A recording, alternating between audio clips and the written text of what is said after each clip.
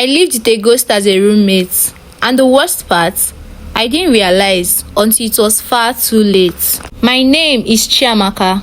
I am 19 years old, and this is the story I have never told anyone. Not my mother, not my friends, not even myself, not out loud. I was admitted to study psychology at the University of Lagos, a dream come true. The first daughter, first university student, the golden girl of the family.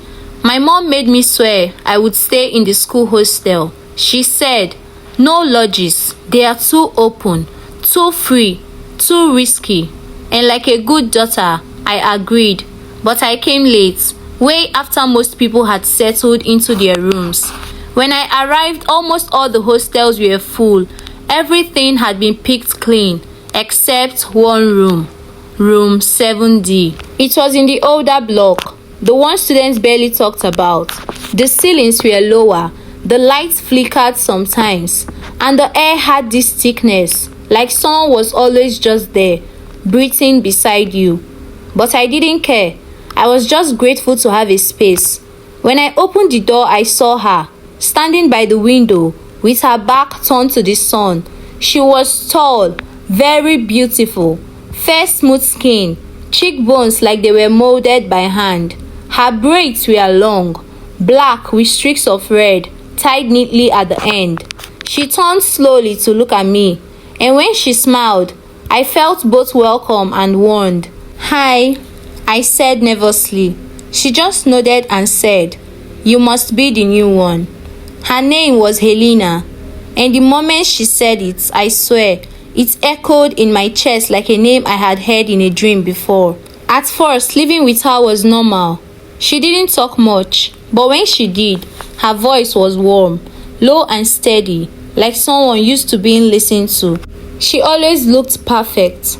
Perfect hair, perfect skin, perfect posture.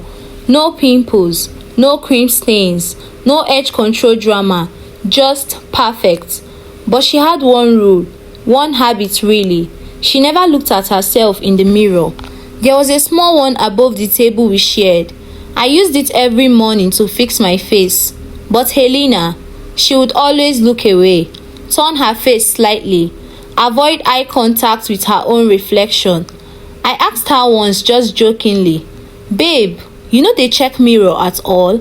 You sure say you be human being so?" She laughed, not harshly, just softly. "I don't need mirror to know I'm beautiful," she said. I believed her, but then the mirror cracked, a thin line right down the middle. I thought maybe it was from the heat or humidity. Lagos doesn't play, so I replaced it. The next one shattered again completely. No one touched it. We weren't even home when it happened.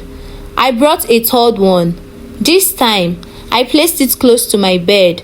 That one didn't last 2 days. I came back from class, and it was in pieces. No explanation, just glass, broken like it had been punched. I asked Helena if she saw what happened. She shrugged, eyes on her book. "Maybe the walls are rejecting vanity," she said. That night, I started to notice something new.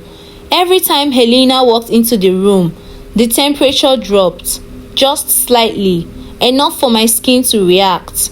Goosebumps every single time. But it wasn't scary yet.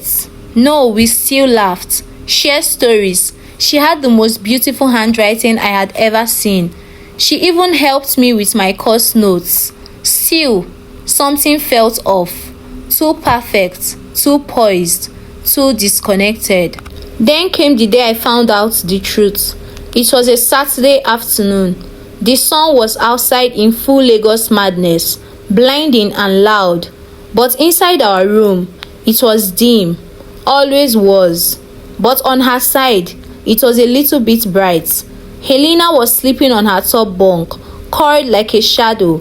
I was getting ready to go out for lectures. My mirror had broken again, so I borrowed a small one from a friend. As I brushed my edges, I walked over to her side of the room.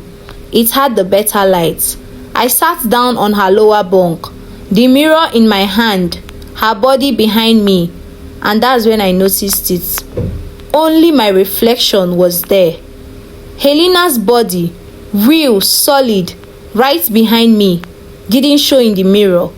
I blinked, cleaned the mirror, looked again, yet nothing. My reflection sat alone, even though I could feel her breath on my neck. I froze. My fingers trembled. I turned slowly.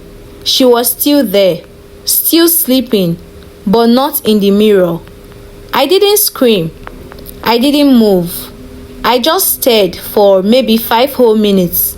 Then I packed up my things and pretended nothing happened. That night, I had the first nightmare. I was in our room, but it wasn't a hostel anymore.